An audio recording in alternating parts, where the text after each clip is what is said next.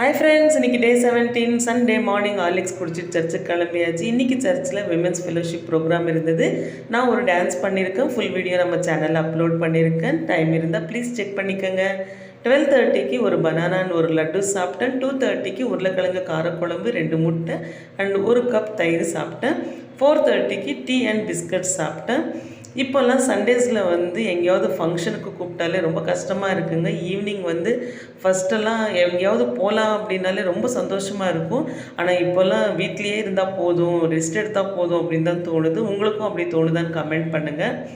இன்றைக்கி ஒரு birthday party இருந்தது. ரொம்ப நேரம் போகலாமா வேண்டாமா அப்படின்னு யோசித்து கொஞ்சம் லேட்டாக தான் நாங்கள் வீட்டில் இருந்தே கிளம்புனோம்.